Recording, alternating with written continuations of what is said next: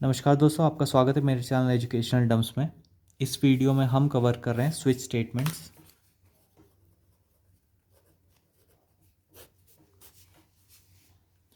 तो Java switch statement के बारे में हम कुछ जानते हैं। तो Java switch statement executes one statement from multiple conditions. It is like if else if ladder, जैसा कि मैंने आपको पिछले वीडियो में इफ़ एल्स बताया था। उसका एक टाइप था इफ़ एल्स इफ़। ये बिल्कुल उसी की तरह है switch statement. The switch statement works with byte, short, int, long, enum types. तो ये कुछ टाइप्स हो गए जिसमें स्विच स्टेटमेंट हम यूज़ कर सकते हैं। साथ ही साथ स्ट्रिंग और some wrapper types like byte, short, int, long can also be used. In other words, the switch statement tests the equality of a variable against multiple values. तो कुछ points हम इसके बारे में डिस्कस कर लेते हैं। तो पॉइंट्स टू रिमेंबर हो गए, देयर कैन बी वन और N number of case values for a switch expression. तो स्विच स्टेटमेंट का सिंटेक्स हम आगे इस वीडियो में देखेंगे। तो इस स्विच स्टेटमेंट में आपके मल्टीपल नंबर ऑफ केसेस हो सकते हैं, और उसके बेसिस पे आपके मल्टीपल नंबर ऑफ आउटपुट्स हो सकते हैं। The case value must be of switch expression type only. The case value must be literal or constant. It doesn't allow variables. तो इसमें आप वेरिएबल यूज़ नहीं कर सकते हैं। इस ये आइदर आप लिटरल यूज़ कर सकते हैं और कॉन्स्टेंट्स यूज़ कर सकते हैं केस वैल्यूज़ में। The case values must be unique. In case of duplicate values it renders compile time error. तो ये पॉइंट हो गया आपका कि आपके जितने भी केसेस होंगे वो सब डिफरेंट होने चाहिए। अगर आप सेम केस वेरिएबल्स यूज़ कर रहे हैं, सेम केस नेम यूज़ कर रहे हैं, तो आपका ये आउटपुट थ्रो करेगा. The Java switch expression must be of byte, short, int, long, enums and string.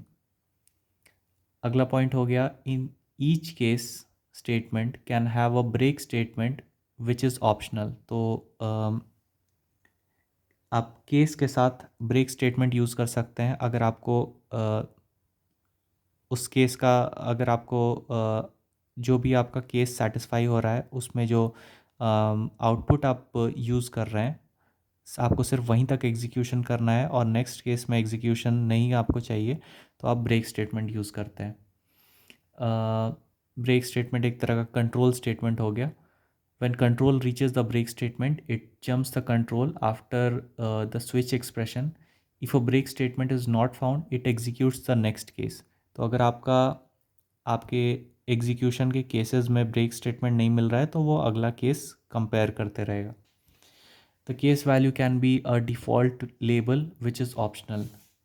Case values में अगर आपका कोई भी केस सेटिस्फाई नहीं कर रहा है तो फिर आप एक डिफ़ॉल्ट केस भी यूज़ कर सकते हैं, पर ये बिल्कुल ऑप्शनल होता है. स्विच का हम सिंटेक्स देख लेते हैं एक बार,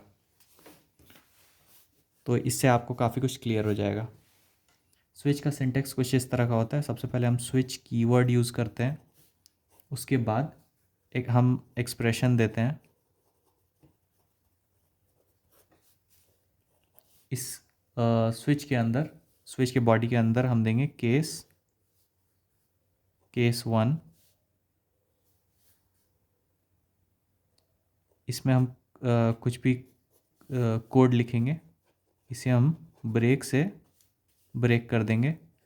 केस टू, यहाँ भी हम कुछ कोड्स लिखेंगे और यूज़ करेंगे ब्रेक. साथ ही साथ हम यूज़ करेंगे डिफ़ॉल्ट. ये डिफ़ॉल्ट बिल्कुल ऑप्शनल है. अगर आपका case one case two satisfy नहीं कर रहा है तो फिर ये डिफ़ॉल्ट केस में आ जाएगा और ये ब्रेक हो जाएगा. ये आपका बेसिक स्विच एक्सप्रेशन का सिंटेक्स हो गया. एक एग्जांपल हम कवर कर लेते हैं, such as INT n is equal to 20. एक नंबर है 20. स्विच किसके रेस्पेक्ट में हमें ये स्विच स्टेटमेंट्स यूज़ करने हैं, वो है नंबर. पहला केस 10, और हम सेमी कोलोन देंगे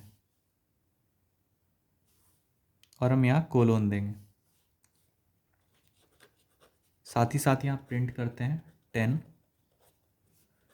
ब्रेक केस 20 कोलोन। अगर ये केस 20 होगा तो ये प्रिंट कर देगा 20 और ब्रेक कर देगा। डिफ़ॉल्ट केस भी हम दे देते हैं एक,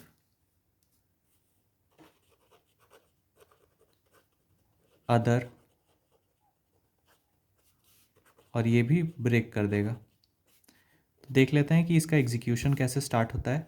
आपका n का वैल्यू 20, इसमें आपका 20 आया।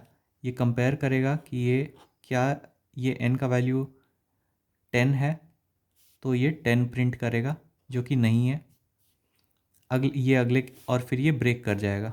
फिर ये अगले केस को कंपेयर करेगा, क्या इस n का वैल्यू जिसे हम चेक कर रहे हैं वो 20 है, तो ये 20 है, तो ये कंडीशन सेटिस्फाई करेगा और हमारा प्रिंट कर देगा 20, और फिर ये ब्रेक कर देगा। क्योंकि ये कंडीशन सेटिस्फाई नहीं हुआ और ये कंडीशन सेटिस्फाई हो चुका है, तो आगे का केसेस कंपेयर ये नहीं करेगा, क्यों, इसीलिए डिफ़ॉल्ट केस हम तभी डिफ़ॉल्ट केस करते हैं अगर आपका कोई भी कंडीशन सेटिस्फाई नहीं करता है। अगर आपके सारे कंडीशन सेटिस्फाई नहीं किए तो फिर ये डिफ़ॉल्ट कंडीशन में आपने जो भी body of the code use किया है वो आपको प्रिंट हो जाएगा। पर क्योंकि हमारा ये केस सेटिस्फाई कर चुका है, इसलिए हमारा आउटपुट आएगा 20।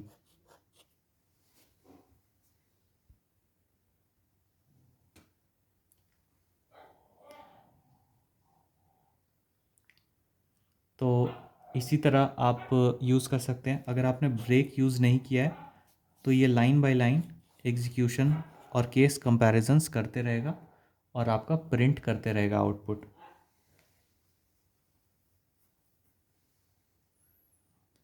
अगर आपने यहाँ ब्रेक नहीं यूज़ किया होगा तो आपका आउटपुट आएगा 10, फिर 20 और उसके बाद अदर। पर क्योंकि आपने ब्रेक यूज़ किया है तो जैसे ही ये कंडीशन सेटिस्फाई नहीं करेगा वैसे ही ये कोड ब्रेक हो जाएगा। क्योंकि ये कंडीशन सेटिस्फाई कर रहा है तो आपका ये आउटपुट प्रिंट हो जा रहा है।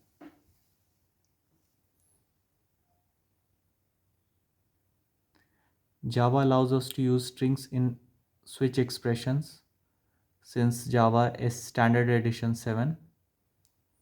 तो आप इस केसेस के जगह आप स्ट्रिंग्स भी यूज़ कर सकते हैं, सच एज बिगिनर। इसके जगह हम suppose advance,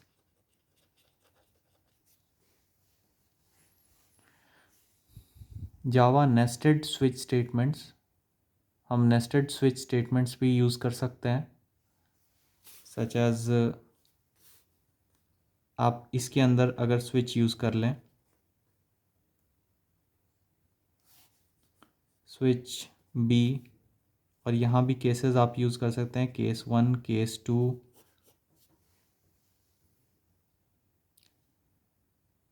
Java enum in switch statement, Java allows us to use enum in switch statement। Java program आप enum के लिए कैसे लिखते हैं?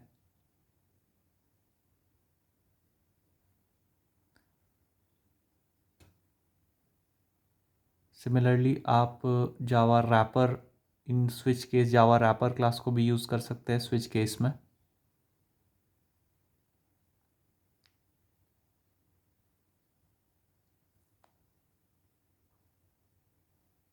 तो ये था एक छोटा सा वीडियो स्विच स्टेटमेंट्स के बारे में। अगर आपको ये वीडियो अच्छा लगा तो इसे लाइक और शेयर ज़रूर करें। आपका बहुत बहुत धन्यवाद।